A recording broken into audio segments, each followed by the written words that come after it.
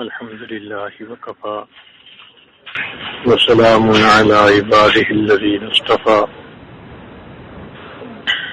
أما بعد أعوذ بالله من الشيطان الرجيم بسم الله الرحمن الرحيم من عمل صالحا من ذكر أو أنثى وهو مؤمن فلنحيينه حياة طيبة ولنجزينهم أجرهم بأحسن ما كانوا يعملون سبحان ربك رب العزة عما يصفون وسلام على المرسلين والحمد لله رب العالمين اللهم صل على سيدنا محمد وعلى آل سيدنا محمد وبارك وسلم. قرآن مجید فرقان حمید اللہ تعالی کا کلام ہے. یہ صداقتوں سے بھری ہوئی کتاب، سچائیوں سے بھری ہوئی کتاب، ultimate realities of the universe. Allah نے کائنات کی صداقتوں کو اس کتاب میں اکٹھا کر دیا. چنانچہ اللہ رب العزت ارشاد فرماتے ہیں، من عمل صالحا من ذکر او انثى وهو مؤمن، جو کوئی بھی نیک اعمال کرے اور وہ ایمان والا ہو، فَلَنُحْيِيَنَّهُ حَيَاةً طَيِّبَةً، ہم اس کو ضرور بالضرور پاکیزہ زندگی عطا کریں گے. آج اگر آپ حالات کو دیکھیں تو ہر انسان اسی کوشش میں ہے کہ میری زندگی سنور جائے. اسی لیے وہ بزنس پہ توجہ دیتا ہے، انڈسٹری چلاتا ہے، جاب پہ محنت کرتا ہے کہ میرے حالات بہتر ہو جائیں، میری زندگی سنور جائے. لیکن اس کو اپنے روزی کے سلسلے میں بھی پریشانی، گھر بار میں بھی پریشانی، اولاد کی طرف سے بھی پریشانی، دوست احباب کی طرف سے بھی پریشانی، ہر طرف پریشانی نظر آتی ہے. روزانہ وہ اس نیت سے گھر سے چلتا ہے کہ میں اپنے قرضوں کو اتار دوں گا اور میں اپنے آبجیکٹیوز کو اچیو کروں گا، مگر محنت کے باوجود اس کے مقاصد پورے نہیں ہوتے. تو سوچنے کی بات ہے کہ آخر اس میں رکاوٹ کہاں ہے. ایک اصول کی بات یاد رکھیے کہ اللہ تعالیٰ کے ہاں کچھ چیزوں کی ایک ترتیب ہے.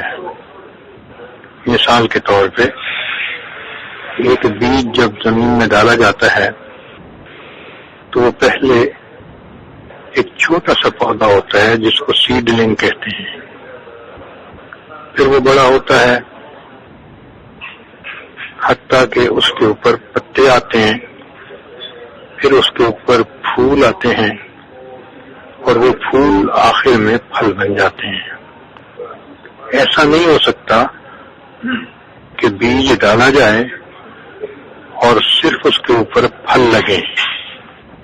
اس پورے ترتیب میں سے گزرنا پڑے گا. پہلے پودا بنے گا، پھر درخت بنے گا، پتے ہوں گے، پھول آئیں گے، پھر بالآخر وہ پھول پھل بنیں گے. تو اسی طرح اللہ تعالیٰ کے ہاں ایک قانون ہے. مثال کے طور پہ اگر کوئی شخص چاہے کہ میرے ہاں اولاد ہو تو اس کے لیے اس کو نکاح کرنا پڑے گا. میاں بیوی اکٹھا رہیں گے تو پھر اللہ ان کو اولاد بھی عطا فرما دیں گے. ایک آدمی نے بیج تو زمین میں ڈالا نہیں اور وہ پھل کا منتظر ہے تو کیسے اس کو درخت کا پھل ملے گا.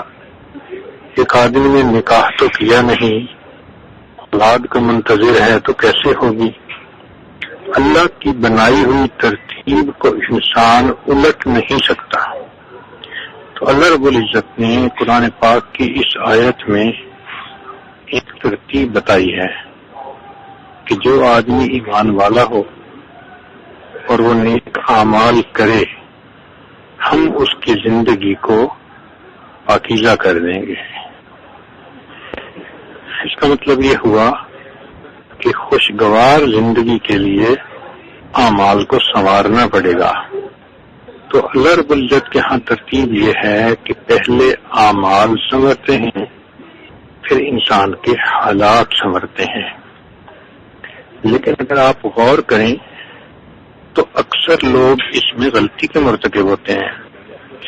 وہ یہ سوچتے ہیں کہ پہلے ہمارے حالات سنور جائیں پھر ہم اعمال بھی سنوار لیں گے. کسی بندے سے پوچھیں کہ آپ مسجد نہیں آتے، جواب ملے گا وہ بزنس کے کچھ پرابلم ہیں، ذرا ٹھیک ہو گئے تو میں مسجد آؤں گا. یعنی ہم پہلے حالات کے ٹھیک کرنے کی کنڈیشن لگاتے ہیں، بعد میں اعمال کو ٹھیک کرتے ہیں. اور یہ ہماری کوتاہی ہے کہ ہم ترتیب کو الٹ نہیں سکتے.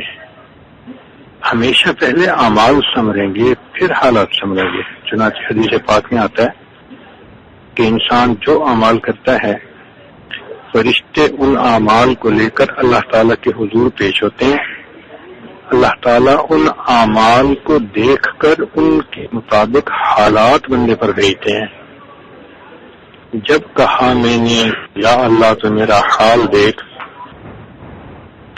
جب کہا میں نے کہ یا اللہ تو میرا حال دیکھ، حکم آیا میرے بندے نام اعمال دیکھ.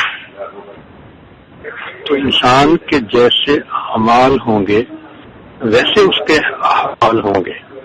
اگر نیک اعمال ہیں تو اللہ تعالیٰ پرسکون زندگی کر دیں گے، اور اگر برے اعمال ہیں تو زندگی سکون سے خالی کر دیں گے. اس لیے اللہ تعالیٰ کی بنائی ہوئی ترتیب کو ہمیشہ فالو کرنے کی ضرورت ہے. ہمارے بزرگوں نے 4 باتیں بتائی ہیں جو لوہے کی لکیر ہے. النقش کالحجر، پتھر پہ لکیر کی مانند ہے. ان میں سے ایک یہ ہے کہ جو انسان اعمال سنوارتا ہے اللہ تعالیٰ اس کے حالات کو سنوار دیتے ہیں. اب اس کی مثال اگر آپ نے دیکھنی ہو تو قرآن مجید میں سورہ یوسف کا مطالعہ کر لیجئے کہ حضرت یوسف علیہ السلام لڑکپن کی عمر ہے اور وہ اپنے گھر سے 1000 میل سے بھی زیادہ دور کسی شہر میں پہنچے جہاں ان کو بیچا گیا، اور ایک غلام کی حیثیت سے وہ ایک محل میں خادم بنے. ایک ہوتا ہے نوکر، اس کی بھی کوئی حیثیت ہوتی ہے، اس لیے کہ اس کو اس جاب کے پیچھے پے ملتی ہے، سیلری ملتی ہے. لیکن غلام تو محنت کر کے خدمت کر کے سیلری کا بھی حقدار نہیں ہوتا. تو وہ غلام تھے. اب سوچئے کہ نہ کوئی رشتہ دار پاس ہے، نہ مال ہے، نہ علم ہے، نہ اس وقت بدن میں طاقت پوری ہے، لڑکپن کی عمر ہے، سمجھ اتنی ہے نہیں، اور وہ ایک ایسے حالات میں آ گئے کہ جہاں ایک گھر کے اندر ان کو کام کرنے ہیں. اب سوچئے کہ وہاں رہتے ہوئے انہوں نے اپنے والد کی دی ہوئی تعلیمات پر عمل کیا اور اسی حال میں ان کو جوانی ہوئی. چنانچہ اللہ تعالیٰ ارشاد فرماتے ہیں فلما بلغ اشدہ آتیناہ حکما وعلما، جب وہ اپنی بھرپور جوانی کی عمر کو پہنچے تو ہم نے انہیں علم اور حکم عطا فرمایا. اب ان کو جو اللہ نے نور دیا تو انہوں نے اس نور پر عمل کر لیا. نتیجہ کیا نکلا کہ وقت کے ساتھ ساتھ ان پر ایک امتحان آیا جس میں وہ کامیاب ہوئے، اور کامیاب ہونے کے بعد پھر ان پر مزید امتحان آیا کہ ان کو جیل بھیج دیا گیا. تو وہ جیل میں چلے گئے، 9 سال جیل میں رہے. اس دوران وہاں کے بادشاہ نے خواب دیکھا جس کی تعبیر اس کے کسی بھی لوگوں کے پاس نہیں تھی، جو امراء تھے اس وقت کے، جو اسمبلی ممبر تھے اس وقت کے، جو مشیر تھے بادشاہ کے، کسی کو وہ خواب سمجھ نہیں آیا. تو اس نے پھر اناؤنس کر دیا کہ بھئی کوئی بندہ بتاؤ جو اس خواب کی تعبیر بتائے. تو اس طرح کسی نے یوسف علیہ السلام کے بارے میں بتایا. آپ نے تعبیر دی کہ 7 سال اچھی کھیتی ہوگی، پھر 7 سال قحط آئے گا، تو کھیتی کو بچا کے رکھو تاکہ قحط کے زمانے میں لوگ بھوکے نہ مریں. اب یہ تعبیر اتنی اچھی تھی کہ بادشاہ کو پسند آئی، اور پھر بادشاہ کے دل میں یوسف علیہ السلام کی ایک محبت آ گئی تھی، کیونکہ وہ پہچان گیا تھا کہ قصور یوسف علیہ السلام کا نہیں، قصور میری بیوی کا ہے. اس لیے اس نے کہا تھا انک کنت من الخاطئین، کہ مجھے کرتوت یہ تیرا ہی نظر آتا ہے، تو نے اسے اپنی طرف متوجہ کرنے کی کوشش کی. تو چونکہ ان کے ذہن میں بادشاہ کے یہ تھا کہ یوسف علیہ السلام اتنے امین ہیں کہ باوجود میری بیوی نے گناہ کی دعوت دی مگر اس نے میری عزت میں بددیانتی نہیں کی. تو اس کے ذہن میں خیال آیا کہ اگر میں خزانے بھی اس کے حوالے کر دوں تو یہ میرے خزانوں میں بددیانتی نہیں کرے گا.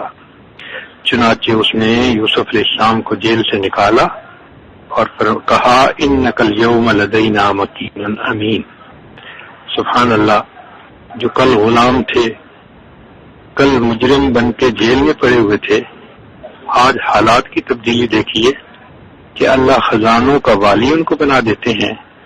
اور پھر کوئی اپوزیشن نہیں ہے کہ بادشاہ نے ڈیسیژن لیا تو پبلک نے اس کی اپوزیشن کی، نہیں، لوگوں نے بھی مانا کہ ہم تو خواب کو سمجھ نہیں سکے تھے، جس نے یہ خواب سمجھا وہی ہم اس کرائسس میں نکالے گا. تو متفقہ طور پر وہ وقت کے بادشاہ بن گئے. سبحان اللہ، نہ برادری ہے، نہ دوست ہے، نہ مال ہے، نہ کچھ اور ہے.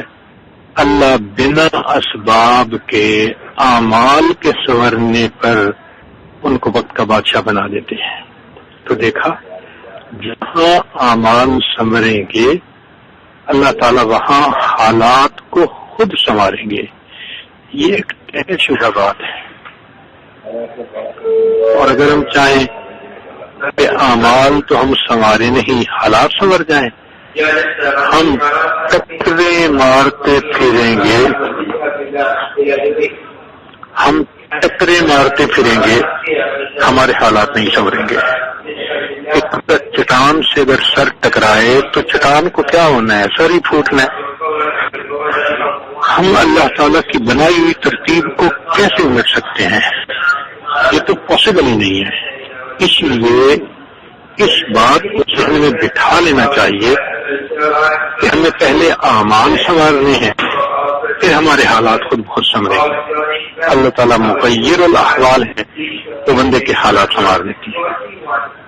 دوسری بات کہ جو انسان اپنی آخرت سنوارتا ہے اللہ تعالیٰ اس کی دنیا کو سنوار دیتے ہیں. یہاں بھی ہم غلطی کرتے ہیں، ہم چاہتے ہیں پہلے دنیا سنورے پھر ہم آخرت کو سنواریں گے، مگر اللہ نے ترتیب یہ بنائی ہے کہ جو بندہ اپنی آخرت کو سنوارتا ہے اللہ تعالیٰ اس کی دنیا کو سنوار دیتے ہیں. سبحان اللہ. اگر اس کی مثالیں دیکھنی ہیں تو ہمارے بزرگوں کی زندگیوں کو دیکھو کہ سفیان ثوری رحمۃ اللہ علیہ ایک فقیہ گزرے ہیں. ایک شخص ان کو 1 سال کے 365 جوڑے کپڑے کے بنا کے ہدیہ کرتا تھا. روزانہ وہ نیا سوٹ بدلتے تھے اور پرانا صدقہ کر دیتے تھے. اللہ نے ایک شخص کے دل میں محبت ایسی ڈال دی تھی. آج ہے کوئی ایسا نواب، ایسا امیر جو 365 سال کے بدلے؟ کوئی عورت ایسی ہے؟ نہیں. تو دیکھو اللہ نے اپنے راستے پر محنت کرنے والے بندوں کے لیے دنیا اس طرح قدموں میں ڈال دیتے ہیں. حضرت مجدد ثانی رحمۃ اللہ علیہ صرف اپنی خانقاہ میں رہتے تھے، مگر ان کے اثرات وقت کے بادشاہ پر اتنے پڑے کہ بالآخر اس نے ان کے کہنے کے مطابق شرک کو ختم کیا، بدعات کو ختم کیا اور ہر جگہ دین کے احکام کو لاگو کر دیا۔ اب دیکھیے، نہ سیاست ہے، نہ کسی سے ان کی لڑائی ہے، صرف ایک جگہ پر بیٹھ کر انہوں نے اللہ کو یاد کیا، دعائیں کی، اللہ نے ان کی وجہ سے پورے ماحول کو بدل کے رکھ دیا۔ تبھی تو ان کو مجدد لسانی کہتے ہیں۔ ایک انگریز انڈیا کے وزٹ پر آیا تو اجمیر بھی گیا، وہاں اس نے حضرت خواجہ معین جی سے اجمیری رحمۃ اللہ علیہ کا مزار دیکھا۔ پھر جب واپس اپنے ملک میں گیا تو اس سے وائف نے پوچھا کہ سناؤ تم نے کیا کیا دیکھا؟ اس نے باقی چیزیں بھی بتائیں اور ایک یہ بات بھی بتائی کہ دیکھو، میں نے زندگی میں پہلی بار دیکھا کہ ایک آدمی زمین کے اندر لیٹا ہوا ہے مگر لوگوں کے دلوں پر حکومت کر رہا ہے۔ اس لیے کہ اجمیر شریف کے مزار پر مسلمان بھی جاتے ہیں، ہندو، سکھ، کافر بھی جاتے ہیں۔ تو وہ حیران اس بات پہ تھا کہ یہ بندہ تو قبر میں چلا گیا لیکن آج بھی اس کی محبت ایسی لوگوں کے دلوں میں ہے کہ دن میں سینکڑوں نہیں ہزاروں لوگ وہاں آتے ہیں اور اپنے لیے دعائیں مانگتے ہیں۔ تو معلوم ہوا کہ جو شخص اپنی آخرت کو سنوارتا ہے اللہ تعالیٰ اس کی دنیا کو سنوار دیتے ہیں۔ ہارون رشید کا واقعہ لکھا ہے کہ وہ کھڑکی سے دیکھ رہا تھا اور نیچے مسجد میں امام ابو یوسف رحمۃ اللہ علیہ آ رہے تھے، تو دو طلباء ان کے پیچھے پیچھے آ رہے تھے اور دونوں چاہتے تھے کہ ہم حضرت کے جوتے اٹھائیں۔ چنانچہ جب حضرت نے مسجد دروازے پر آ کر جوتے اتارے تو ایک طالب علم نے ایک جوتے کو اٹھایا، دوسرے نے دوسرے کو اٹھا لیا۔ اب وہ طلباء سمجھدار تھے، چاہتے تھے کہ ہم جوتے اٹھائیں، تو انہوں نے یہ فیصلہ کیا کہ ایک نے رومال پھیلایا اور ایک نے ایک جوتا ڈالا، دوسرے نے دوسرا جوتا ڈالا، اور یوں ایک نے رومال ایک طرف سے پکڑ لیا، دوسرے نے رومال دوسری طرف پکڑ لیا، اور یوں پیچھے پیچھے جوتوں کو لے کے دونوں بچے مسجد کے اندر داخل ہوئے۔ تو ہارون رشید نے ایک ٹھنڈی سانس لی۔ بیوی نے پوچھا کیا ہوا؟ اس نے کہا کہ یوں تو لوگ ہمیں بادشاہ کہتے ہیں، ہمارے جوتے اٹھانے کے لیے بھلا کون سے ڈرتا ہے؟ تو جو اللہ کی رضا والی زندگی اختیار کرتا ہے، اپنی آخرت کو سنوارتا ہے، پھر اللہ تعالیٰ اس کی دنیا کو بھی سنوار دیتے ہیں۔ تیسری بات کہ جو شخص اللہ سے اپنے تعلق کو سنوار لیتا ہے اللہ تعالیٰ مخلوق سے اس کے تعلق کو سنوار دیتے ہیں۔ آج ہم اس میں بھی الٹی ترتیب پہ عمل کرتے ہیں۔ ہم چاہتے ہیں سب لوگ ہم سے راضی ہو جائیں اور کر کے بھی کوئی راضی نہیں ہوتا۔ کسی سے ساس ناراض، کسی سے بہو ناراض، کسی سے ماں باپ ناراض، کسی سے بچے ناراض، کسی سے دوست ناراض، اور لوگ کہتے بھی ہیں کہ جی ہم دوسروں کے لیے اتنا کرتے ہیں اور لوگ پھر بھی ہماری بدخوائیاں کرتے ہیں۔ تو اصل راہ یہ ہے کہ ہم نے اللہ سے اپنا تعلق نہیں سنوارا ہوتا تو اللہ تعالیٰ مخلوق کے دل میں بھی ہماری بدگمانیاں ڈال دیتے ہیں، چنانچہ لوگ ہمارے بارے میں الٹی باتیں کرنے لگ جاتے ہیں۔ تو اللہ سے جو تعلق کو سنوارتا ہے اللہ مخلوق کے تعلق کو خود سنوار دیتے ہیں۔ اس کی اگر مثال دیکھنی ہے تو نبی علیہ الصلوۃ والسلام کی مبارک زندگی کو دیکھیں کہ مکہ مکرمہ میں جب آپ تھے تو قریش مکہ جان کے دشمن تھے، اللہ اکبر کبیرہ، لیکن آپ ہجرت پر تشریف لے گئے اور 8 سال کے اندر جب آپ مکہ میں داخل ہوئے فاتح مکہ بن کے، تو جتنے بڑے بڑے قریش تھے سب آئے اور سب نے آ کے آپ کے ہاتھ پر بیعت کی، اسلام قبول کیا۔ نبی اسلام نے فرمایا الحمدللہ وحدہ، سب تعریفیں اللہ کے لیے ہیں، نصر عبدہ، جس نے بندے کی مدد کی، وہزم الاحزاب وحدہ، اور سب دشمنوں کو اس اکیلے اللہ نے شکست دی۔ چنانچہ ہندہ ایک عورت تھی کہ اس کے والد کو حمزہ رضی اللہ عنہ نے جنگ بدر میں شہید کیا تھا، قتل کیا تھا۔ اس کو بہت دکھ تھا اس بات کا، اور وہ غیظ و غضب کے اندر جل بھن رہی تھی۔ چنانچہ اس نے ایک شخص تھا جس کا نام تھا وحشی، تو اس وحشی کو یہ کہا کہ میں تمہیں آزاد بھی کر دوں گی اور میں تمہیں یہ پیسے بھی دوں گی اگر تم حمزہ رضی اللہ عنہ کو شہید کرو۔ چنانچہ جنگ احد میں وحشی نے حمزہ رضی اللہ عنہ کو شہید کر دیا۔ جب اس عورت کو خبر ملی تو وہ اس قدر خوش تھی کہ وہ آئی اور اس نے غصے کے اندر حمزہ رضی اللہ عنہ کا سینہ چیرا، کلیجی نکالی، دل نکالا، پھیپھڑے نکالے اور ان چیزوں کو چبایا۔ اب آپ غور کریں کہ عورت ذات اگر جسم میں سے یہ عضو کاٹ کے دانتوں سے چبا رہی ہے تو کتنا غصہ ہوگا اس کے دل میں۔ پھر اس نے جسم کے جو اندر کے آرگن تھے ان کو دھاگے میں پرویا اور گلے میں ہار بنا کے پہنا۔ اس کا اپنا غصہ پورا کیا۔ اب جس عورت کو اتنا غصہ تھا آپ سوچئے کہ وہ کتنی بڑی دشمن ہوگی۔ اللہ اکبر۔ لیکن جب مکہ فتح ہوا تو وہ عورت بھی آتی ہے اور کلمہ پڑھ کے مسلمان ہو جاتی ہے، اور پھر وہ یہ الفاظ کہتی ہے کہ اللہ کے حبیب صلی اللہ علیہ وسلم آج سے پہلے مجھے سب خیموں میں سے سب سے زیادہ نفرت آپ کے خیمے سے تھی، اور آج میں سب کے سامنے کہتی ہوں کہ سب خیموں میں سب سے زیادہ محبت مجھے آپ کے خیمے سے ہے۔ اللہ اکبر کبیرہ۔ ایسے دشمنوں کے دل میں بھی اللہ نے محبتیں ڈال دی۔ سبحان اللہ۔ چنانچہ سیدنا امیر معاویہ رضی اللہ عنہ نے عائشہ رضی اللہ عنہ کو خط لکھا کہ آپ ام المومنین ہیں، آپ مجھے نصیحت فرمائیں۔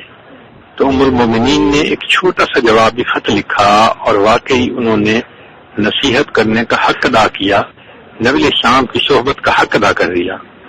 انہوں نے خط کا جواب یہ دیا کہ اگر آپ مخلوق کو راضی کرنے کے لیے اللہ کو ناراض کریں گے تو اللہ مخلوق کے دل میں تمہاری نفرت ڈال دیں گے، وہ تم سے بھی ہیٹ کریں گے، اور اگر آپ اللہ کو راضی کرنے کے لیے مخلوق کو ناراض کر بیٹھیں گے تو اللہ مخلوق کے دل میں تمہاری محبت بھر دیں گے، وہ تم سے محبت کرنے لگ جائیں گے۔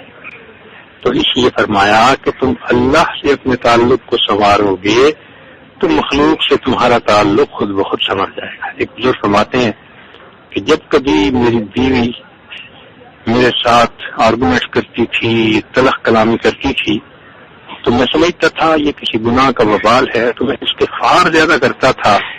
نتیجہ یہ ہوتا تھا کہ میری بیوی میرے ساتھ بہت سی جاتی تھی۔ فضیل بن عیاض رحمۃ اللہ علیہ فرماتے ہیں کہ میں نے جب بھی اللہ تعالیٰ کی نافرمانی کی، میں نے دیکھا اس کے بدلے میں یا تو بیوی نے میری نافرمانی کی، یا اولاد نے نافرمانی کی، یا میرے ماتحتوں نے نافرمانی کی، یا پھر میرے سواری کے گھوڑے نے میری نافرمانی کی۔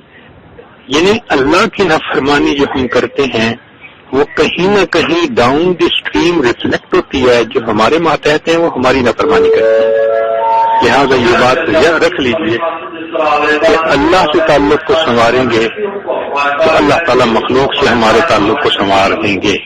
اور چوتھی بات کہ جو شخص دن کے اعمال کو سنوار لیتا ہے اللہ تعالیٰ اس کے رات کے اعمال کو سنوار لیتے ہیں۔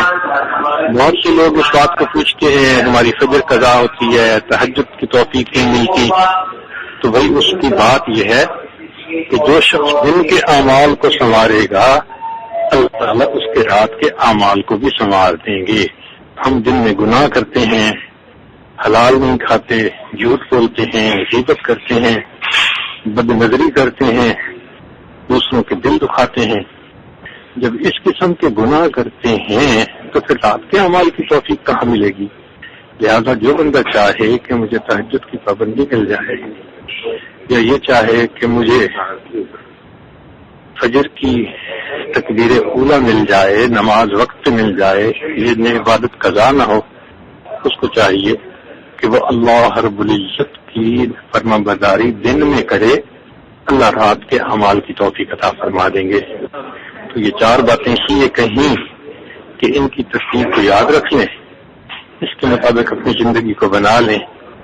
اللہ تعالی ہمیں اپنی بندگی کی توفیق عطا فرمائے۔ وآخر دعوانا ان الحمد للہ رب العالمین. دعا کر لیجیے.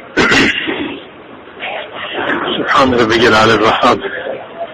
اللهم صل على سيدنا محمد وعلى آل سيدنا محمد وبارك وسلم. کریم آقا، ہم آپ کے عاجز مسکین بندے ہیں، ہمارے گناہوں کو معاف فرما، خطاؤں سے درگزر فرما، عیبوں کی پردہ پوشی فرما. اللہ ہمارے نظاموں کو پاک فرما، دلوں کو صاف فرما، دلوں کو اپنی محبت سے لبریز فرما، اپنے عشق کی آتش ہمارے سینے میں پیدا فرما، ہمارے آنگن سے اپنی ذکر گزاری فرما، روئے روئے سے اپنی ذکر گزاری فرما، ہڈی ہڈی گوٹی گوٹی میں اپنی محبت پیدا فرما، جسمانی بیماریوں کو دور فرما، روحانی بیماریوں کو دور فرما، اٹکے کاموں کا ہونا آسان فرما، سیدھے کاموں کو اپنی رحمت سے سلجھا. اللہ ہماری ان دعاؤں کو اپنی رحمت سے قبول فرما. ربنا تقبل منا انك انت السميع العليم تب علينا انك انت التواب الرحيم. صلى الله تعالى على خير خلقه سيدنا محمد وآله وأصحابه أجمعين برحمتك يا أرحم الراحمين.